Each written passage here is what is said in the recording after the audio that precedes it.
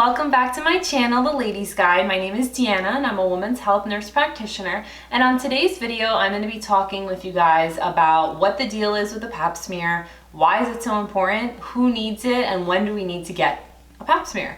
So, the infamous pap smear is kind of what brings in most women into a GYN office because they need their pap smear. And there's a little bit of confusion. The guidelines have changed throughout the years about when a woman needs it and when it's recommended. And this has definitely created confusion among women, I would say, across the board. And then you add to it that providers do it slightly differently depending on where you are, your office that you're going to. So that can make it really confusing. I get it. So just want to get right to it. If you are here, make sure to give me a thumbs up. Subscribe to my channel. Make sure to click the bell when you click subscribe so you get notifications on my new videos for free education for you to become empowered, learn more about your bodies, and be educated so when you're going into those appointments, you have tools to help guide and your visit so that you have a voice and you make sure that your voice is heard always. That is my number one thing with this channel and to help you out. So, pap smear, who needs it? So the recommendations in the US is that women starting at the age of 21 need to start getting pap smears. Back in the day, years and years ago, it was any woman once they became sexually active needed a pap smear. This meant that females in their teens were getting pap smears done. The problem with that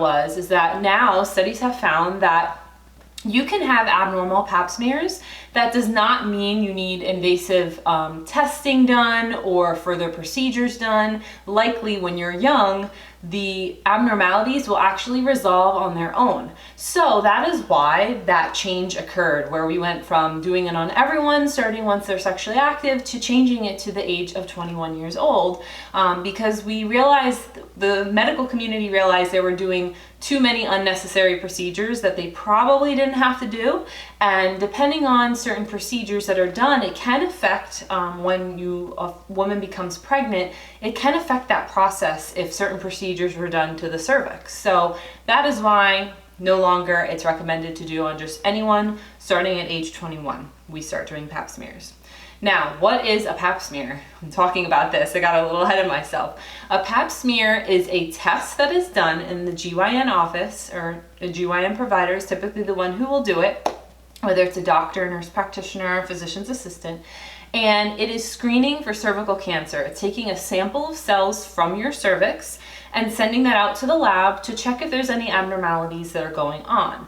The most likely cause of abnormalities, if they're going to show, is from HPV, or the human papillomavirus. I know a lot of women out there are familiar with the vaccine that is recommended for both men and women, and it is because HPV is really the main cause of cervical cancer. So if we can help prevent HPV from progressing and getting worse, we therefore prevent cervical cancer. So a pap smear is kind of our first line to see if there's any abnormal changes going on in the cervix. And if there is, this is where it depends on your age and what the abnormality is of what's going to be done next. So sometimes it's a teeny abnormality that we say, okay, we'll hold off. 1 year from now, we will repeat your pap smear and give your body a chance to kind of suppress the virus from continuing to be active and allow your body to heal it on its own, because again, a lot of studies have shown that this is exactly what happens for most women that are overall healthy and young. When you're younger, you have that on your side. Depending on their abnormality though and how old you are, sometimes different tests are done, such as a colposcopy, which is a biopsy of the cervix done in the office, or sometimes another procedure called a LEEP procedure. That is something done in the OR. Now, for the most part, some providers out there may do it in the office, but for the most part, it's usually done in the OR. That we try to reserve as a last resort, but it also depends on what the abnormal changes were on your pap smear. Sometimes it is necessary. And in that procedure, they're removing a lot more of the tissue of the cervix to get rid of the abnormal tissue and cells. So it's really important that pap smears are done, starting at age 21, every 3 to 5 years, depending on your age. And why is this so important is because we have found that if we're doing pap smears routinely and regularly and you're staying up to date, you can help prevent cervical cancer. The cervical cancer rates have dramatically dropped down with these screening tools in combination with the vaccine that is now available to help fight against HPV. I don't want to say prevent because there's hundreds of different strains of HPV. That could be a whole other video that I can do. Definitely comment below if you'd like to learn more about that, because that could be very confusing. But the idea is that if you're getting your pap smear as recommended, it reduces your risk greatly for cervical cancer, which is amazing. Cervical cancer is very slow growing. So I always explain it to my patients as we have completely normal on one side of the spectrum and cervical cancer. And there's a lot of tiny little steps along the way before we get to cervical cancer.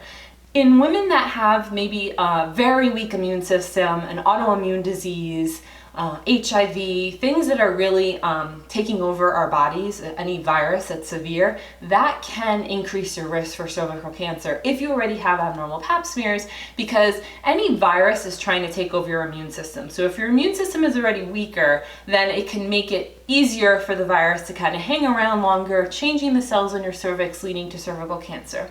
The other group of women who tend to progress to cervical cancer are women who may have dropped out of seeing a provider for a long period of time. Then by the time they are seen, it's a little too late that the cells have really progressed dramatically. But if we're able to catch it in those tiny little stages in the beginning, it rarely ever gets to the point of cervical cancer. So, I wanted to put this video out to kind of give some more overview of why it's so important that a pap smear is a test. So the takeaways are, it's a test that's being done. It is not your pelvic exam. So even though pap smears are no longer recommended every year, a pelvic exam is something that is offered every year, and a check-in with your GYN provider is recommended every year to just check in, see what's going on.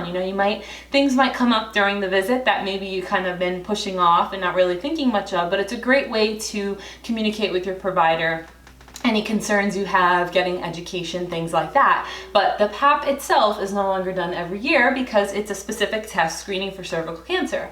So test that's done, super important to reduce your risk of cervical cancer, and it starts around the age of 21. So ladies, if you're under 21, don't feel scared to come to a GYN provider if you have any questions or concerns that you think you automatically need a test or an exam, because that's not necessarily the case. And it's always very important to talk with your provider. If you have any concerns, you're a little nervous about having an exam done, it's a great time to voice that. And if you ever feel pressured at all during your visit, then probably not the right provider for you, and that's okay.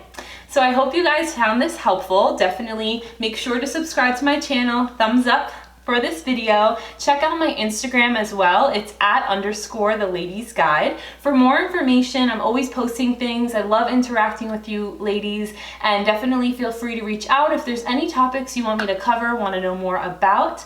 Thank you so much for watching, and I look forward to seeing you in my next video. Bye.